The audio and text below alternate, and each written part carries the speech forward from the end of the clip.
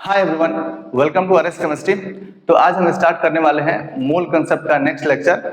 पिछले वीडियो में हमने पढ़ा था डाल्टन्स एटॉमिक थ्योरी क्या होती है और उसके कुछ डिमेरिट्स पढ़े थे, दैट इज ड्रॉबैक पढ़े थे, एवोगाड्रोस लॉ पढ़े थे, लॉ ऑफ केमिकल कम्बिनेशन सब पढ़ लिए थे। ठीक है, अब हम स्टार्ट करते हैं। कुछ मास है, मास के कुछ डिफरेंट टर्म्स हैं, उसको हम लोग पढ़ लेंगे फिर आगे बढ़ेंगे। ठीक है, तो आइए स्टार्ट करते हैं। सबसे पहला है रिलेटिव एटॉमिक मास। आप हेडिंग कर सकते हैं डिफरेंट टाइप ऑफ मास या फिर डायरेक्ट यही लिख सकते हैं क्या, रिलेटिव एटॉमिक मास। रिलेटिव एटॉमिक मास है ना, जिसको हम RAM राम से डिनोट करेंगे ऐसे शॉर्ट में। सुनिएगा, ये सब जितना भी मैं डेफिनेशन बता रहा हूं वो सब के सब बिल्कुल मैथमेटिकल है, ध्यान से सुनिएगा। रिलेटिव एटॉमिक मास क्या होता है? रिलेटिव एटॉमिक मास बराबर ये होता है mass of one atom of the element divided by 1/12 into mass of one carbon 12 atom, है ना। कि मास of one atom of the element मतलब किसी भी एलिमेंट के एक एटम का मास और divided by 1/12 into mass of one carbon 12 atom. ठीक है, फिर इसको हम करेंगे, आगे बढ़ाएंगे तो क्या आएगा, रिलेटिव एटॉमिक मास बराबर मास of one atom of the element क्या होता है, ये होता है total number of nucleons, total number of nucleons into mass of one nucleon, है ना। जितने भी न्यूक्लियॉन्स हैं उन सबकी संख्या इनटू एक न्यूक्लियॉन्स का मास, फिर आएगा डिवाइडेड बाय ये क्या आएगा 1/12 इंटू कार्बन 12 एटम के मास को हम कैसे नोट करेंगे, इसको हम लिखेंगे 12 into mass of one nucleon, mass of one nucleon, है ना। ठीक, अब सुनिएगा, अब क्या होगा, ये 12 से 12 तो कैंसिल हो जाएगा, इसको तुम उड़ा दो। ठीक है, यहां देखो लिखा है मास ऑफ वन न्यूक्लियॉन और नीचे भी लिखा है मास ऑफ वन न्यूक्लियॉन। ठीक है, तो आप इसको भी इससे कैंसिल कर सकते हैं। अगर मैं इसको ब्रैकेट में करके ऐसे कर दूं तो आप इसको भी इससे क्या कर सकते हैं, कैंसिल कर सकते हैं। सब कैंसिल हो जाएगा तो क्या बचेगा, relative atomic mass is equal to total number of nucleons. तो लिख लीजिए यहाँ पर क्या आएगा, relative atomic mass is equal to total number of nucleons. ठीक है, टोटल नंबर ऑफ न्यूक्लियॉन्स। आपको लगता होगा कि न्यूक्लियॉन्स क्या होते हैं, तो ध्यान से सुनिएगा। न्यूक्लियॉन्स का मतलब होता है कि न्यूक्लियस में रहने वाले पार्टिकल्स। न्यूक्लियॉन्स का मतलब होता है न्यूक्लियस में रहने वाले पार्टिकल्स। तो बताओ न्यूक्लियस में कौन कौन रहता है, तो हमारे रहते हैं प्रोटॉन और क्या, न्यूट्रॉन, है ना। तो प्रोटॉन और न्यूट्रॉन को कलेक्टिवली मतलब दोनों को एक साथ हम कहेंगे न्यूक्लियॉन्स। किसी एक को नहीं कहेंगे, दोनों को एक साथ क्या कहेंगे, न्यूक्लियॉन्स। मतलब न्यूक्लियॉन्स का मतलब होता है number of protons plus number of neutrons. ठीक है, अभी हम आगे लिखेंगे, आप इतना नोट डाउन कीजिए, फिर मैं दूसरा डेफिनेशन बताता हूं। ठीक, हाँ, तो हमारा अगला डेफिनेशन है एटॉमिक मास यूनिट, ये दूसरा है। पहला हमने पढ़ लिया रिलेटिव एटॉमिक मास क्या होता है। अभी मैं सबको एग्जांपल लेके समझाऊंगा। ठीक है, आपको बिल्कुल भी टेंशन लेने की नीड नहीं है। ठीक है, atomic mass unit, atomic mass unit को मैं AMU से डिनोट करूंगा। AMU का मतलब होता है एटॉमिक मास यूनिट, या फिर इसी को कहते हैं यूनिफाइड मास, है ना। यूनिफाइड मास को हम डिनोट करते हैं U से। ठीक है, ये क्या होता है सुनिएगा। तो इसका डेफिनेशन कैसे देते हैं, इसका डेफिनेशन देते हैं AMU इज इक्वल टू मतलब atomic mass unit is equal to 1/12 into mass of one carbon 12 atom, है ना, कार्बन 12 एटम।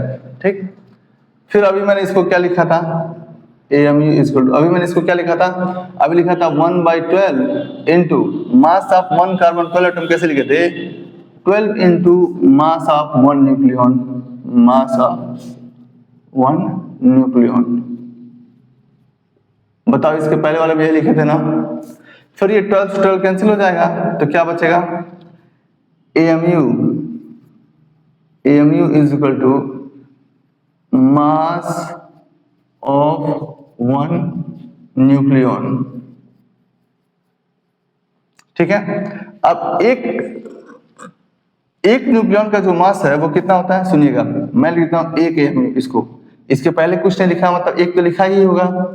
1 AMU बराबर क्या होता है 1.66 इंटू 10 का पावर -24 ग्राम, या फिर और मैं इसी को केजी में कन्वर्ट करूंगा तो 1.66 इंटू 10 पावर -27 केजी, मतलब किलोग्राम। एक न्यूक्लियन का मास इतना होता है, एक न्यूक्लियन का मास 1 AMU के बराबर होगा, और 1 AMU जो होता है वो 1.66 इंटू 10 का पावर -24 ग्राम या फिर -27 केजी, किलोग्राम। ठीक है, इतना होता है। ठीक, तो आप इसको नोट डाउन कीजिए, फिर मैं अगला डेफिनेशन बताता हूं। ठीक है, लिखिए। अगला हमारा क्या है, सुनिएगा, अगला हमारा तीसरा डेफिनेशन है एटॉमिक मास। ये क्या होता है, तो एटॉमिक मास को मैं अलग से हेडिंग बना के नहीं लिखूंगा, बस यही लिख लीजिए डायरेक्ट, एटॉमिक मास क्या होता है। चलो हेडिंग बना दिया, ठीक है। एटॉमिक मास क्या होता है, सुनना, atomic mass is equal to, ये होता है mass of 1 atom of the element. किसी भी एलिमेंट के एक एटम के मास को एटॉमिक मास कहते हैं। देखो लिखा है क्या, मास of 1 atom of the element, किसी भी एलिमेंट के एक एटम के मास को क्या कहते हैं, एटॉमिक मास कहते हैं। ठीक है, अब सुनिएगा, हमने पढ़ा रिलेटिव एटॉमिक मास, एटॉमिक मास यूनिट, और लास्ट वाला पढ़ लिया क्या, एटॉमिक मास। ठीक है, अब इन तीनों में देखते हैं रिलेशन क्या होता है। तो जरा मुझे बताइए, आपने रिलेटिव एटॉमिक मास के बारे में क्या लिखा था, आपने लिखा था relative atomic mass is equal to, आपने लिखा था mass of 1 atom of the element और divided by 1/12 into mass of 1 carbon 12 atom. बताओ यही लिखे थे ना, रिलेटिव एटॉमिक मास का डेफिनेशन यही लिखे थे ना बेटा, बताओ। अब आप मुझे बताइए, ये तो हो गया हमारा रिलेटिव एटॉमिक मास। ठीक है, रिलेटिव एटॉमिक मास, जरा बताओ ये मास of 1 atom of the element किसके इक्वल होगा, तो देखो इसके ऊपर ही लिखा है, mass of 1 atom of the element किसके इक्वल होता है, एटॉमिक मास के इक्वल। इसका मतलब क्या, मैं इसके बराबर इसके जगह पर एटॉमिक मास लिख दूं, तो मैं लिख दूंगा क्या, एटॉमिक मास। ठीक है, एटॉमिक मास डिवाइडेड बाय, जरा बताओ 1/12 into mass of 1 carbon 12 atom किसको कहे थे, तो AMU को। याद करो, एक AMU बराबर 1/12 into mass of 1 carbon 12 atom लिखे थे ना, तो मैं इन सबके जगह पर क्या मैं AMU लिख दूं, AMU, बोलो। ठीक है, अब अगर मैं इसको बाय 1 करके बाय क्रॉस मल्टीप्लिकेशन करूंगा तो क्या आएगा, एटॉमिक मास बराबर atomic mass is equal to relative atomic mass into AMU, यही आएगा ना, रिलेटिव एटॉमिक मास इनटू क्या है, AMU, है ना। इसका मतलब ये हुआ कि एटॉमिक मास में और रिलेटिव एटॉमिक मास में बस यूनिट का फर्क है। रिलेटिव एटॉमिक मास का कोई यूनिट नहीं होगा, और अगर रिलेटिव एटॉमिक मास के सामने केवल AMU लिख देंगे तो वह एटॉमिक मास बन जाएगा। ठीक है, रिलेटिव एटॉमिक मास के सामने सिर्फ AMU लिख देंगे तो क्या बन जाएगा, AMU, वो क्या बोलते हैं, एटॉमिक मास बन जाएगा। ठीक है, आप इतना नोट डाउन कीजिए, फिर मैं एग्जांपल देके समझाता हूँ तीनों को। ठीक है, लिखो, सुनिएगा, जैसे मैंने बोला एग्जांपल देके मैं समझाता हूँ। देखो यहाँ लिखा है, find the relative atomic mass and atomic mass of the following elements. वो एलिमेंट्स कौन है, वो यहाँ दिए गए हैं। ठीक है, अब इन सभी एलिमेंट्स का रिलेटिव एटॉमिक मास बताना है और एटॉमिक मास बताना है। तो मैंने रिलेटिव एटॉमिक मास क्या बताया था, जब हमने उसको डेराइव किया था तो आया था टोटल नंबर ऑफ न्यूक्लियॉन्स के बराबर, है ना। और टोटल नंबर ऑफ न्यूक्लियॉन्स क्या होते हैं, मतलब number of protons plus number of neutrons, ठीक है। नंबर ऑफ प्रोटॉन्स और नंबर ऑफ न्यूट्रॉन्स को कलेक्टिवली मास नंबर भी कहते हैं, है ना। तो वो जो मास नंबर है वो हमेशा एलिमेंट के ऊपर लिखा जाता है, यहाँ पर ऊपर, और ये जो नीचे लिखा है ये सब इसके एटॉमिक नंबर्स होते हैं, और ये सब क्या है, मास नंबर्स हैं, है ना, क्या है, मास नंबर्स हैं। तो इसी को कहते हैं क्या, टोटल नंबर ऑफ न्यूक्लियॉन्स, क्या कहते हैं, टोटल नंबर ऑफ न्यूक्लियॉन्स। तो ये जो टोटल नंबर ऑफ न्यूक्लियॉन्स है वही राम है, राम मतलब रिलेटिव एटॉमिक मास है। तो सिर्फ यहाँ पर रिलेटिव एटॉमिक मास कार्बन में क्या आ जाएगा, 12 आ जाएगा, और एटॉमिक मास क्या आएगा, तो मैंने बताया था कि अगर रिलेटिव एटॉमिक मास के सामने AMU लिख देंगे तो हमारा एटॉमिक मास हो जाएगा। तो यहाँ पर 12 AMU लिखेंगे, क्या लिखेंगे, 12 AMU लिखेंगे, ठीक। फिर ये फ्लोरीन है तो फिर ये 19 है, तो 19 रिलेटिव एटॉमिक मास क्या आ जाएगा, 19, और एटॉमिक मास क्या आएगा बेटा, 19 AMU। कुछ नहीं करना है, सिर्फ देख के बता देना है।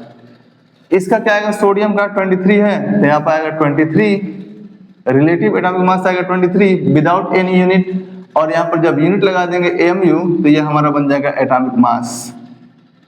क्या बन जाएगा, एटॉमिक मास।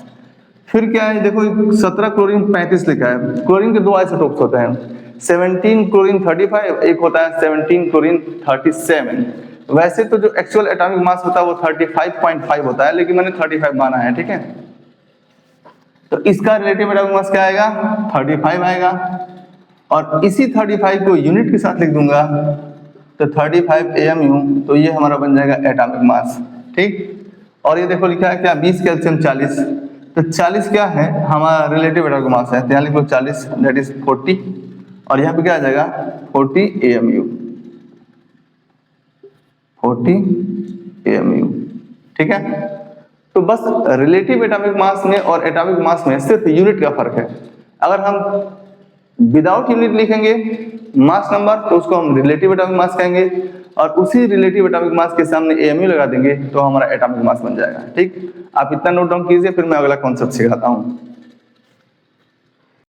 देखिएगा एक सवाल है, क्या रहा है, find the atomic mass of 12 magnesium 24 इन ग्राम। इसका मास निकालना है ग्राम में, तो कैसे करेंगे सुनिएगा। पहले इसका निकालिए रिलेटिव एटॉमिक मास, तो रिलेटिव एटॉमिक मास कैसे निकालना है तो देख के बता देना है, मुंह उठा के एकदम। देखो क्या आ गया, 24 आ गया। क्या इसकी कोई यूनिट होगी, तो नहीं। क्यों नहीं होगी, क्योंकि रिलेटिव एटॉमिक मास जो होता है वो टोटल नंबर ऑफ न्यूक्लियॉन्स के बराबर होते हैं, मतलब न्यूक्लियॉन्स की संख्या, और नंबर की कोई यूनिट नहीं होती है। नंबर की यूनिट होती है, क्या होती है, तो नंबर की यूनिट वही होती है जिसका नंबर हम निकाल रहे हैं। तो नंबर की यूनिट क्या हो जाएगी, न्यूक्लियॉन्स है तो न्यूक्लियॉन्स क्या क्या है 12, है ना, 12 में 24 आ गया, ठीक। अब हमको निकालना होगा एटॉमिक मास, तो एटॉमिक मास क्या आता है, atomic mass is equal to, ये क्या देगा, मैंने बोला था कि रिलेटिव एटॉमिक मास के सामने सिर्फ AMU लिख देना है, तो 24 AMU, है ना। अब हमको चाहिए क्या, ग्राम में। तो अभी हमने देखा था एक AMU किसके इक्वल होता है, कितने ग्राम के इक्वल, तो 1.66 इंटू 10 का पावर -24 ग्राम्स, है ना। तो क्या आएगा, अगर मैं कहूंगा तो एटॉमिक मास क्या आएगा, atomic mass is equal to 24 into एक AMU बराबर 1.66 इंटू 10 का पावर -24 ग्राम, है ना। तो बताओ इतना AMU बराबर कितना ग्राम, तो इतना इंटू 10, है ना। तो क्या आ जाएगा, 24 इंटू 1.66 जब करेंगे तो ये आएगा 39.84 ग्राम, है ना। तो इस तरह से हम निकालेंगे क्या, एटॉमिक मास ग्राम में। एटॉमिक मास हमेशा AMU में आएगा, लेकिन अगर आपसे ग्राम में पूछा जाए या फिर किलोग्राम में तो 1.66 इंटू 10 के पावर -24 से मल्टीप्लाई कर देंगे तो ग्राम में आ जाएगा, और अगर 1.66 इंटू 10 का पावर -27 से मल्टीप्लाई कर देंगे तो केजी में आ जाएगा, किलोग्राम में आ जाएगा, ठीक। तो ऐसे हम निकालते हैं क्या, एटॉमिक मास ग्राम में, ठीक है। अब हम एक बात और पढ़ेंगे, ग्राम एटॉमिक मास क्या होता है, ठीक है। तो ग्राम एटॉमिक मास पढ़ने से पहले हमको पढ़ना पड़ेगा कि एक मोल क्या होता है। हालांकि मैं एक मोल के डेफिनेशंस कई सारे दूंगा डिटेल में, लेकिन अभी मुझे थोड़ा सा जरूरत है, जिसकी जरूरत है मैं वो वाला डेफिनेशन बता देता हूँ, ठीक है। तो मैं इसको मिटाता हूं, आप नोट कर लीजिएगा वीडियो को पॉज करके, मैं आगे बढ़ता हूं। हाँ इतना कुछ गड़बड़ हुआ, हाँ ये छूटा है, ये क्या आ जाएगा इंटू 10 का पावर माइनस 24 ग्राम, ये छूट गया था, इसको भी लिखना है, ठीक है। अब सुनिएगा, ये छूट गया था ना, इसको लिखना पड़ेगा ना यहाँ पे, तो लिख दिया मैंने, ठीक। अब अगला है, आप वीडियो को पॉज करके इसको नोट कर लीजिएगा, ठीक है। मैं आगे बढ़ता हूं। मुझे बताना है ग्राम एटॉमिक मास, लेकिन ग्राम एटॉमिक मास पढ़ने से पहले हमको जानना पड़ेगा एक मोल क्या होता है। तो एक मोल के तो वैसे 2-3 डेफिनेशन होते हैं, लेकिन मुझे जिसका काम है मैं वो बता रहा हूं। फिलहाल आप लिख लीजिएगा एक मोल, अभी हम आगे डिटेल में पढ़ेंगे इसके बारे में, ठीक है। एक मोल क्या कहते हैं, तो कहते हैं 1 mole of an atom molecule और ion is equal to Avogadro number, is equal to Avogadro's number, और एवोगैड्रो नंबर को हम Na से डिनोट करते हैं, Na से। ये देखना कैपिटल में स्मॉल ए नहीं है, ये कैपिटल ए है नीचे है, अगर स्मॉल ए कर दूंगा सोडियम बन जाएगा, ठीक है।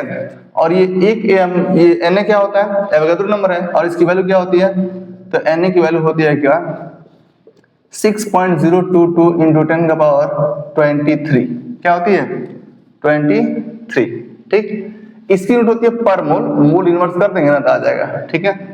तो फिलहाल इतना लिखते हैं, तो Na की वैल्यू हो गई। तो हम ये समझ गए कि एक मोल क्या होता है, तो अगर किसी एटम मॉलिक्यूल या आयन की संख्या एवोगैड्रो नंबर के बराबर हो जाए तो उसे हम कहते हैं क्या, कि वह एक मोल है। इसके बारे में बिल्कुल डिटेल में हम थोड़ा 1-2 दिन बाद पढ़ेंगे, इसके बाद वाले लेक्चर में हो सकता आ जाए या फिर उसके बाद वाले लेक्चर में आ जाए, ठीक है। फिलहाल यहाँ देखते हैं, ठीक। अब आप ये तो समझ गए, अब हम अगला डेफिनेशन पढ़ते हैं जिसका नाम क्या है, ग्राम एटॉमिक मास। क्या नाम है, ग्राम एटॉमिक मास। ये क्या होता है, सुनिएगा, ये होता है ग्राम एटॉमिक मास को मैं GAM कह दूं, तो ग्राम एटॉमिक मास क्या होता है, एटॉमिक मास ऑफ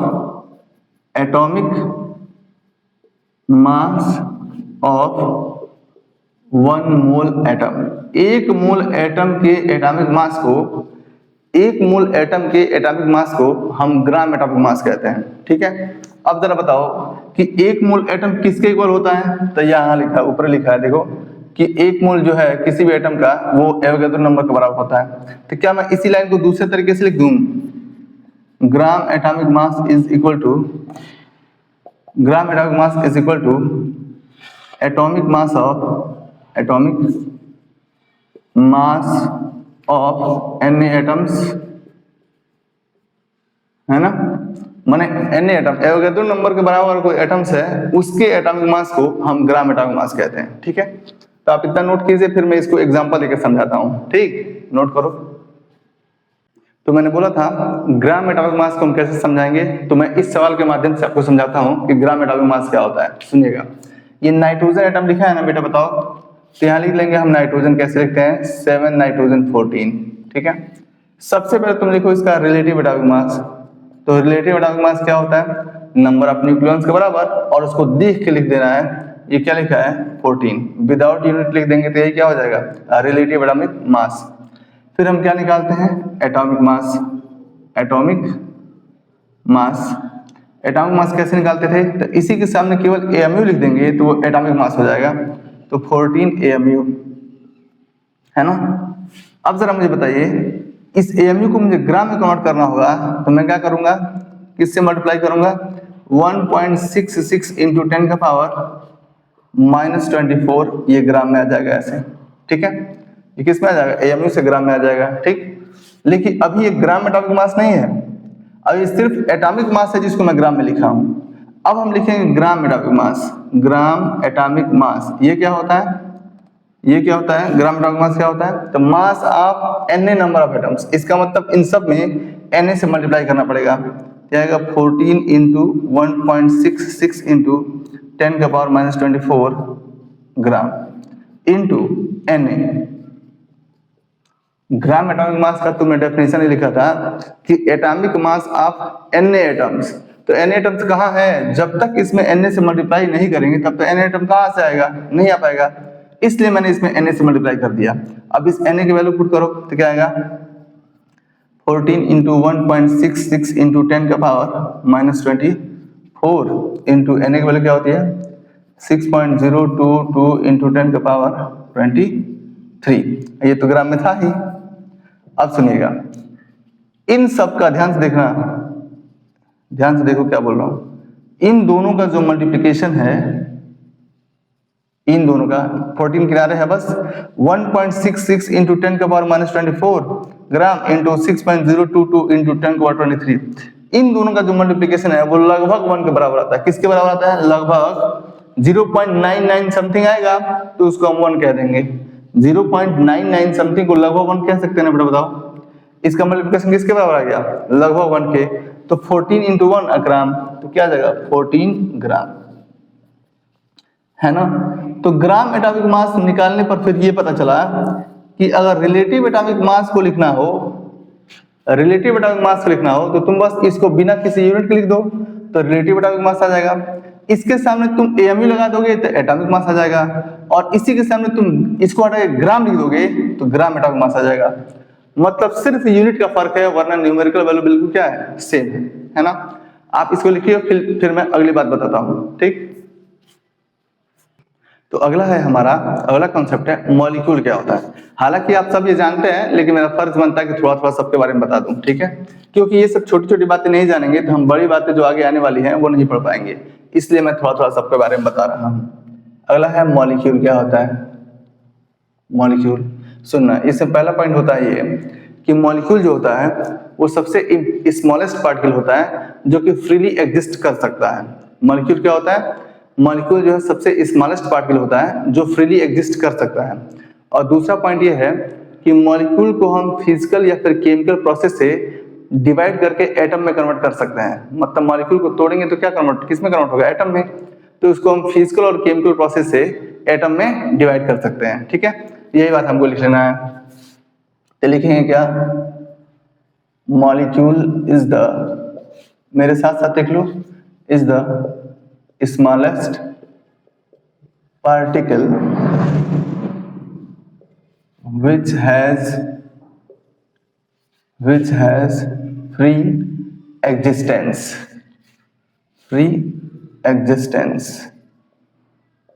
है ना। ये S मैंने बहुत गंदा बना दिया है, फ्री एग्जिस्टेंस, ठीक। दूसरा पॉइंट क्या लिखा है? It can be divided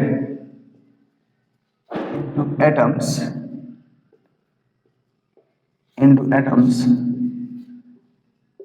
by physical or chemical process, by physical या फिर क्या, केमिकल प्रोसेस। तो मॉलिक्यूल को हम फिजिकल या फिर केमिकल प्रोसेस से डिवाइड करके एटम में कन्वर्ट कर सकते हैं, ठीक है। ये हो गया हमारा मॉलिक्यूल। एक दूसरा डेफिनेशन आता है एटॉमिसिटी क्या होती है। मॉलिक्यूल से रिलेटेड है एटॉमिसिटी, सुनिएगा, इसी के नीचे लिखता हूं दूसरा डेफिनेशन। एटॉमिसिटी क्या होती है ना। तो सुनिएगा, किसी भी मॉलिक्यूल में जितने नंबर ऑफ एटम्स हैं उसकी संख्या ही उस मॉलिक्यूल की एटॉमिसिटी कहलाती है। मतलब एटॉमिसिटी क्या होती है? The total number of atoms present in a molecule is called atomicity of that molecule, है ना। तो क्या लिखेंगे? The number of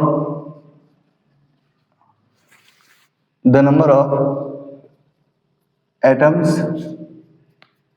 present in a molecule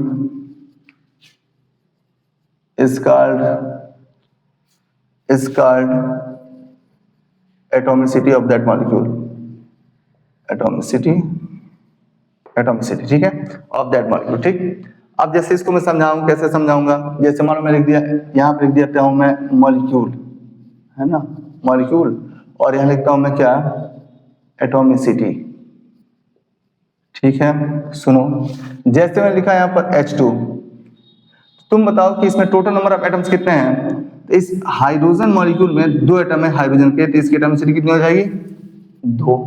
ठीक, मान लो मैंने लिख दिया क्या O3 मॉलिक्यूल, ओजोन ले लिया, तो इसमें टोटल नंबर ऑफ एटम्स कितने हैं 3, तो इसकी एटॉमिसिटी कितनी हो जाएगी 3।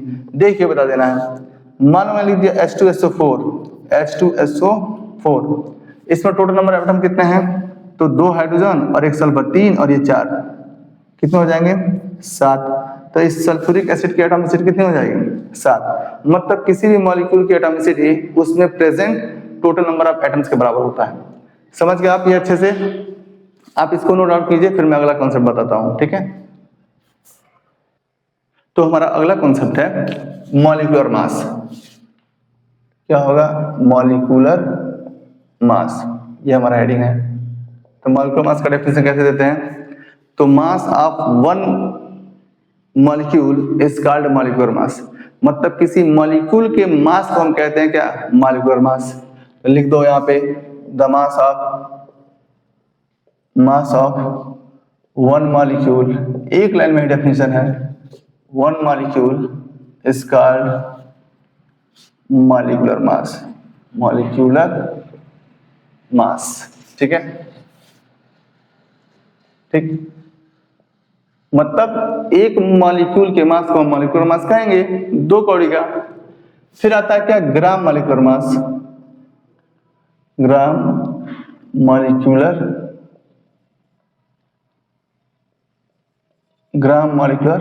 मास। ये क्या होता है, तो जिस तरह से आपने ग्राम एटॉमिक मास डिफाइन किया था कि atomic mass of one mole atom is called gram atomic mass, exactly in the same way gram molecular mass क्या कहेंगे, तो मास ऑफ वन मोल मॉलिक्यूल क्या कहेंगे, मास ऑफ द मास, आप लिख दो the mass of one mole molecule है तो मॉलिक्यूल आएगा, one mole molecule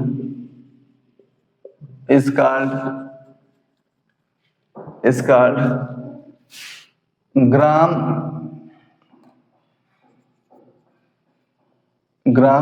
molecular mass. ठीक है, एक मोल मॉलिक्यूल के मास को हम कहते हैं क्या ग्राम मॉलिक्यूलर मास। ठीक, अब मैं जरा इसको एक एग्जांपल देकर समझाता हूं, सुनिएगा। मान लो मैंने यहां लिख दिया क्या मॉलिक्यूल, ठीक है, और यहां पर लिखा है मॉलिक्यूलर मास।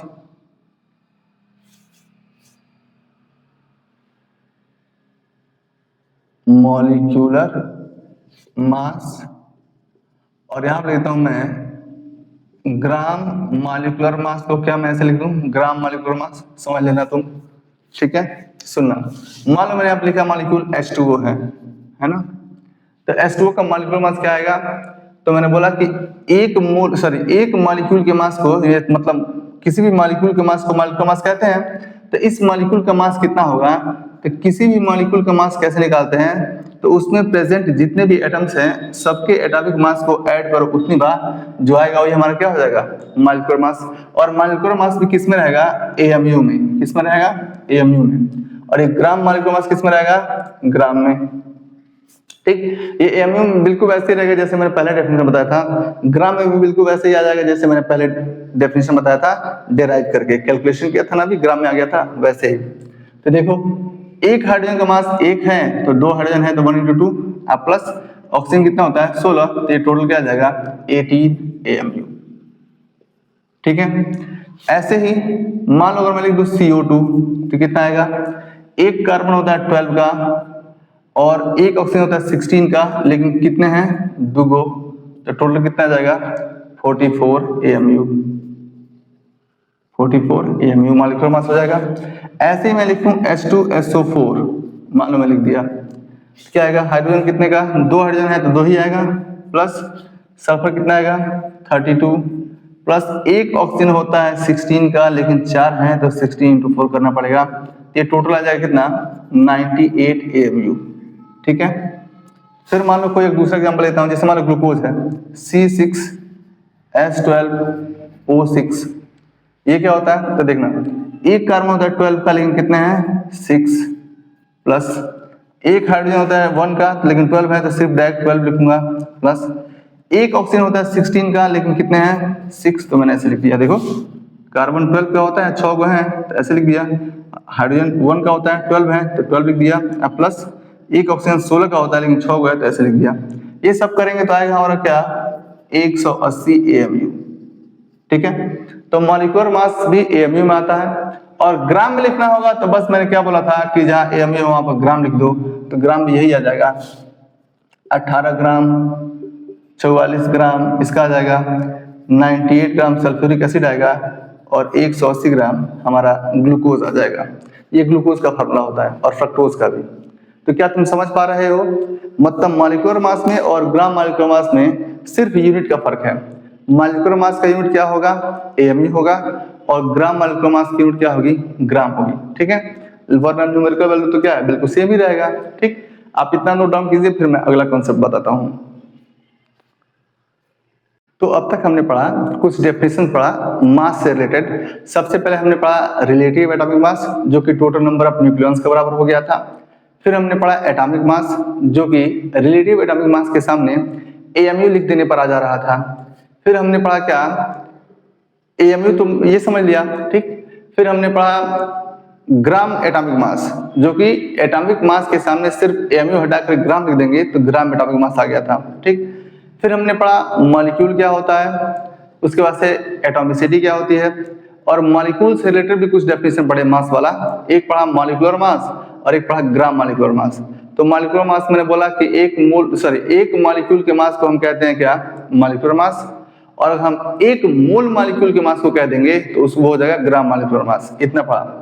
मॉलिक्यूल वाले केस में रिलेटिव मॉलिक्यूलर मास वाला कॉन्सेप्ट नहीं होता है, वो सिर्फ एटॉमिक मास वाले में होता है कि रिलेटिव एटॉमिक मास कैसे होता है और क्या होता है। लेकिन मॉलिक्यूल में रिलेटिव मॉलिक्यूलर मास वाला ऐसा कोई कॉन्सेप्ट नहीं है। इसका मैं थोड़ा सा कंक्लूजन बता देता हूं। जैसे मान लीजिए कि मैं इधर लिखा था क्या एटॉमिक मास, जैसे मान लो मैंने लिखा है कोई एग्जांपल लिया, जैसे मान लो लिखा है कि 8 ऑक्सीजन 16 ऐसे लिया। तो इसमें हमने क्या क्या निकाला था, ये एग्जांपल के तौर पर लिया है यहाँ पे मैंने, और यहाँ पे एग्जांपल ले लेता हूँ समझाने के लिए आपको। O3 ozone molecule. तो यहाँ पे हमने क्या डिफाइन किया था, यहाँ पे डिफाइन किया था रिलेटिव एटॉमिक मास।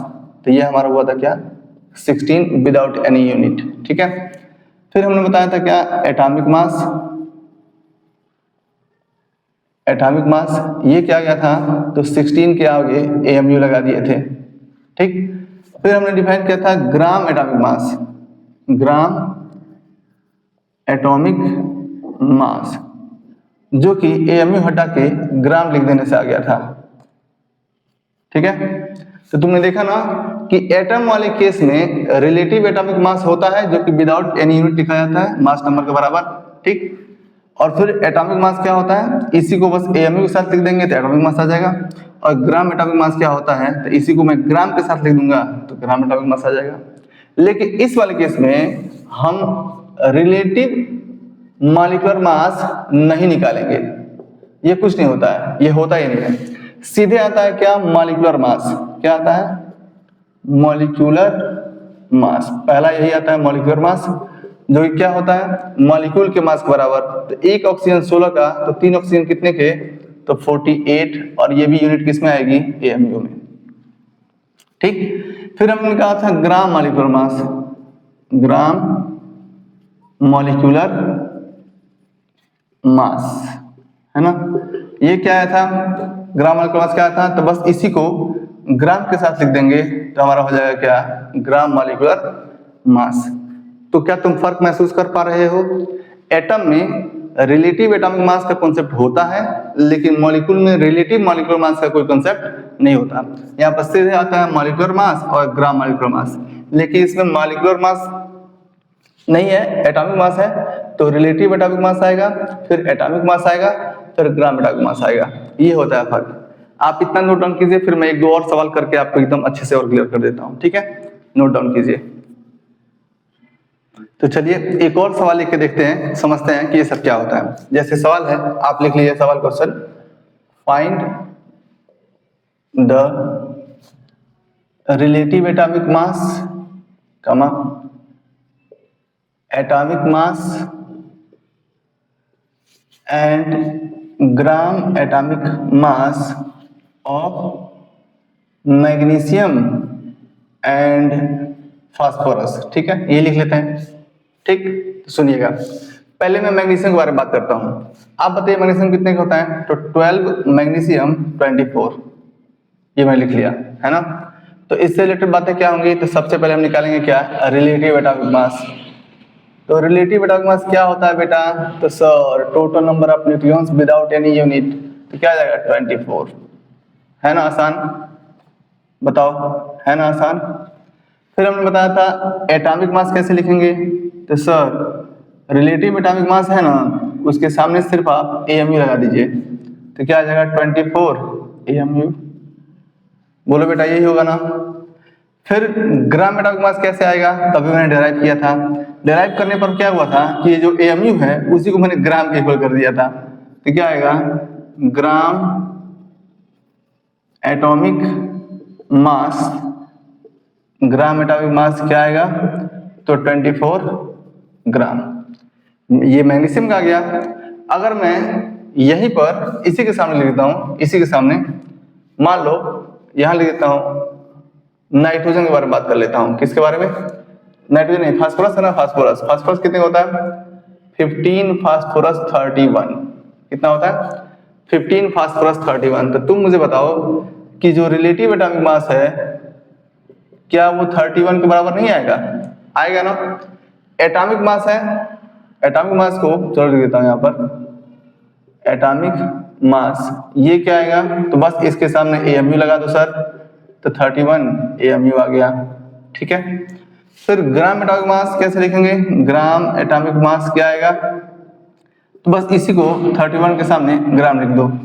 तो इस तरह से हम रिलेटिव एटॉमिक मास, फिर एटॉमिक मास और फिर ग्राम एटॉमिक मास निकालते हैं। तीनों की आप देख रहे हैं न्यूमेरिकल वैल्यू बिल्कुल सेम है, बस यूनिट का फर्क है। रिलेटिव एटॉमिक मास विदाउट यूनिट है, एटॉमिक मास AMU के साथ है और ग्राम एटॉमिक मास ग्राम के साथ है। ठीक, ये हो गया इतना। आप इसको नोट डाउन कीजिए, फिर मैं दूसरा बताता हूं मॉलिक्यूल लेके। दूसरा सवाल देखो, लिखते हैं दूसरा सवाल। मान लो क्वेश्चन लिखा है मैंने ऐसे कि फाइंड द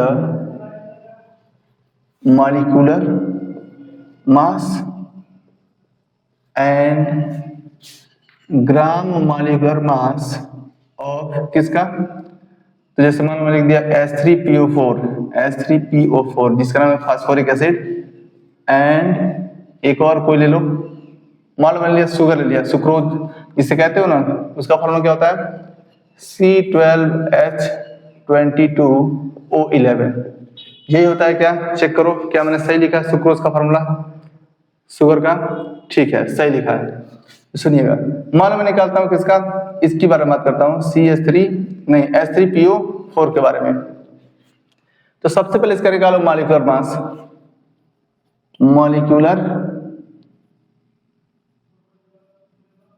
मॉलिक्यूलर मास कैसे निकालते हैं? तो मॉलिक्यूलर मास क्या होता है? तो ये होता है कि जो भी मॉलिक्यूल है ना उसमें जो जो एटमाइज हुए हैं उन सबके एटॉमिक मास को ऐड करते जाओ तो क्या जाएगा? Molecular mass. तो देखो एक हाइड्रोजन होता है एक का, तो 3 हाइड्रोजन है तो 1 × 3 प्लस फास्फोरस अकेला है तो फास्फोरस 31 का होता है, प्लस एक ऑक्सीजन 16 का लेकिन 4 है तो × 4 करना पड़ेगा। ये सब करेंगे तो आएगा 98। क्या आएगा? 98 AMU। माइंड इट, क्या आएगा? 98 AMU। ठीक है, अब यही पर निकालेंगे क्या? Gram molecular mass. ये किसके बराबर होगा? चलो मैं इसको यहां लिख देता हूं, ग्राम मॉलिक्यूलर मास। ये किसके बराबर होगा? तो सर सब कुछ सेम रहेगा, बस आप AMU के ऊपर क्या लिख दीजिए? ग्राम। तो फाइनली तुम्हारा क्या आ गया? 98 ग्राम। बस हो गया। इसमें रिलेटिव मॉलिक्यूलर मास वाला कॉन्सेप्ट नहीं होता है, यही समझाने का मेन मकसद था और अच्छे से सिखाने का। फिर दूसरा क्या है? दूसरा ये तो फास्फोरिक एसिड हो गया, वो हमारा क्या? सुक्रोज है, C12H22O11। करो इसका निकालो तुम मॉलिक्यूलर मास। क्या मैं मॉलिक्यूलर मास कैसे लिख दूं? चलो पूरा लिख देता हूं, मॉलिक्यूलर मास क्या आएगा? सुनिएगा, सबको ऐड करो। एक कार्बन 12 का और 12 है तो 12 × 12 प्लस 1 हाइड्रोजन होता है लेकिन कितने हैं? 22 सॉरी, फिर ये क्या है, एक ऑक्सीजन होता है 16 का, लेकिन कितने हैं 11, है ना। ये क्या आएगा, तो 12, ये तो 12 का स्क्वायर है तो 144 आएगा, 12 12 में 144 प्लस ये तो देगा 22 प्लस ये 11 गुणे 16, कैसे होगा भाई, तो 16 दाम में 160 और फिर 16 176 देगा क्या, ये देगा, ऐड करो क्या आएगा, ये आएगा 6 2 8 और 8 4 12 के 2 हाथ में 1 7 और 1 8 8 2 10 10 4 14 के 4 हाथ में 1 2 3 342 AMU देगा। ये मॉलिक्यूलर मास है ना, ये देगा 342 AMU। और मुझे अगर ग्राम मॉलिक्यूलर मास निकालना हो इसी का तो बस कुछ नहीं करना है, AMU हटा के क्या लगा दोगे, ग्राम। तो इस तरह से होगा क्या, मॉलिक्यूलर मास और ग्राम मॉलिक्यूलर मास। ठीक है, अब आज का वीडियो यहीं पे खत्म करते हैं, आज का लेक्चर यहीं खत्म करते हैं। नेक्स्ट वीडियो में हम पढ़ेंगे मोल कंसेप्ट मेन वाला। अब तक जो हमने पढ़ा वो मोल कंसेप्ट पढ़ने के लिए जो जरूरी बातें थी हमने वो पढ़ा। कल से हमारा मेनली एकदम अच्छा वाला, जिसे तुम कहते हो मोल कंसेप्ट, कल से स्टार्ट हो जाएगा। ठीक है, तो मुझे उम्मीद है कि आपको समझ में आ रहा होगा। एकदम अच्छे से प्रॉपर नोट्स बना लीजिएगा और बार बार रिवाइज करते रहिएगा। मिलते हैं नेक्स्ट वीडियो में। चैनल को लाइक और सब्सक्राइब करना मत भूलिएगा। Take care, bye.